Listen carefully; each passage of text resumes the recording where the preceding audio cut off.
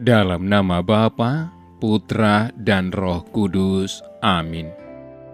Ya Tuhan, Allah Bapa kami, terima kasih untuk segala berkat dan kesempatan yang telah Kau curahkan dalam hidup kami.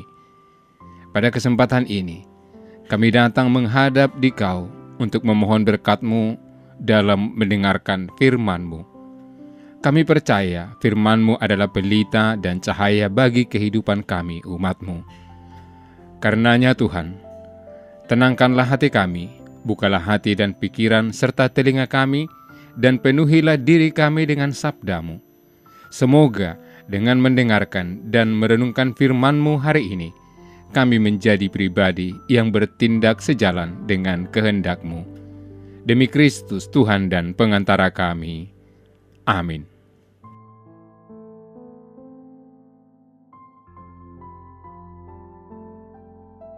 Lalu Yesus mulai mengecam kota-kota yang tidak bertobat. Sekalipun di situ, ia paling banyak melakukan mujizat-mujizatnya. Celakalah engkau Korazim! Celakalah engkau Betsaida! Karena jika di Tirus dan di Sidon terjadi mujizat-mujizat yang telah terjadi di tengah-tengah kamu, sudah lama mereka bertobat dan berkabung. Tetapi aku berkata kepadamu, pada hari penghakiman, tanggungan Tirus dan Sidon akan lebih ringan daripada tanggunganmu. Dan engkau Kapernaum, apakah engkau akan dinaikkan sampai ke langit? Tidak, engkau akan diturunkan sampai ke dunia orang mati. Karena jika di Sodom terjadi mujizat-mujizat yang telah terjadi di tengah-tengah kamu, kota itu tentu masih berdiri sampai hari ini. Tetapi aku berkata kepadamu, pada hari penghakiman, tanggungan negeri Sodom akan lebih ringan daripada tanggunganmu. Demikianlah sabda Tuhan. Saudara-saudari yang dikasihi Tuhan, dalam Injil hari ini, Yesus mengecam beberapa kota yang tidak mau bertobat. Korazim, Betsaida, dan Kapernaum. Yesus mengecam ketiga kota tersebut karena perilaku penduduk kotanya yang tidak mau bertobat. Yesus marah sebab mereka tidak memanfaatkan kesempatan dan waktu untuk bertobat yang telah diberikan kepada mereka. Yesus berusaha menyadarkan penduduk kota tersebut untuk merubah diri dan segera bertobat. Yesus tidak tega dan kasihan jika penduduk Korazim, Betsaida, dan Kapernaum mengalami nasib yang sama dengan penduduk kota Tirus, Sidon. Melalui perjanjian lama, penduduk kota Tirus dan Sidon sudah diperingatkan untuk bertobat. Jika tidak bertobat, maka kota mereka akan dicungkirbalikkan dan para penduduknya akan musnah. Pemusnahan kota dan penduduk Sodom kecuali Lot dan keluarganya terjadi karena mereka tidak mau bertobat. Mereka terikat dengan keinginan dan kenikmatan duniawi. Padahal mereka sudah diberikan kesempatan untuk bertobat. Saudara-saudari terkasih, kesempatan atau waktu untuk berubah dan melakukan sesuatu terkadang hanya datang satu kali dalam hidup kita. Demikian pula kesempatan untuk bertobat, yang tidak selalu datang setiap waktu, dan hidup setiap usia tetap dibatasi oleh waktu. Ada manusia yang diberi umur panjang, ada yang umurnya pendek. Umur panjang dan umur pendek tidak ditentukan oleh manusia, tetapi ditentukan oleh Allah sendiri. Karena itu, tidak seorang pun manusia yang tahu kapan hidupnya akan berakhir.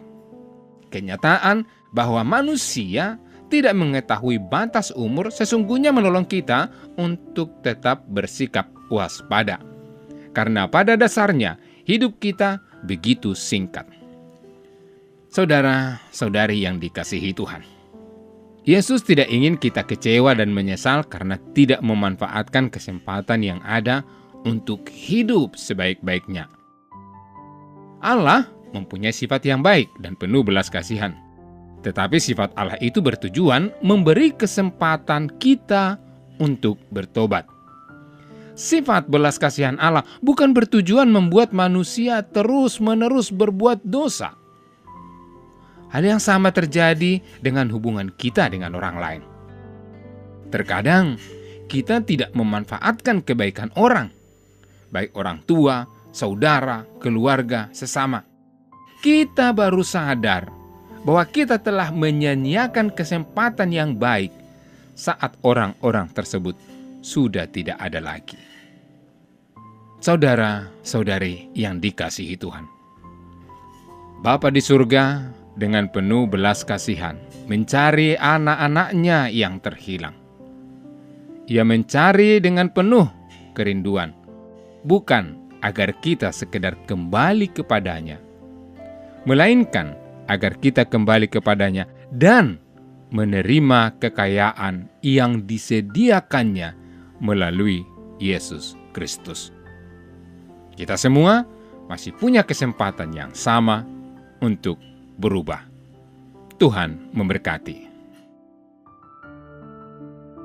Allah Bapa kami yang Maha Rahim, semoga hati kami terbuka terhadap janji-Mu, dan tegaskanlah di dalam hati kami bahwa amat agunglah kerahiman-Mu dan amat luaslah kehadiran-Mu terhadap siapapun yang selalu berusaha mencari Engkau dan kembali kepadamu. Doa ini kami sampaikan kepadamu dengan pengantaraan Putra-Mu Yesus Kristus, penyelamat kami. Amin. Allah yang Maha Kasih, kami bersyukur atas rencana perjalanan apostolik Bapak Suci Fransiskus ke Indonesia.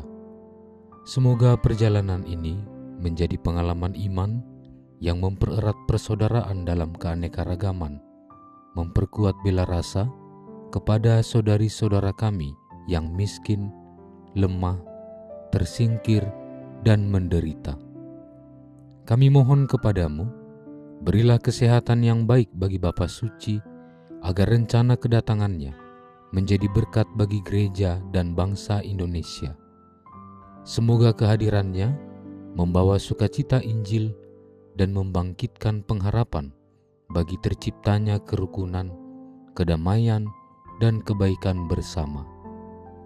Bersama Bunda Maria, Ibu dan Teladan Iman, serta Bapak Yosef, mempelainya yang amat setia, kami serahkan siapapun yang terlibat dalam persiapan dan pelaksanaan kunjungan apostolik Bapa Suci ini ke dalam kuasa kasih-Mu. Dengan pengantaraan Kristus, Tuhan kami. Amin. Dalam nama Bapa dan Putra dan Roh Kudus. Amin.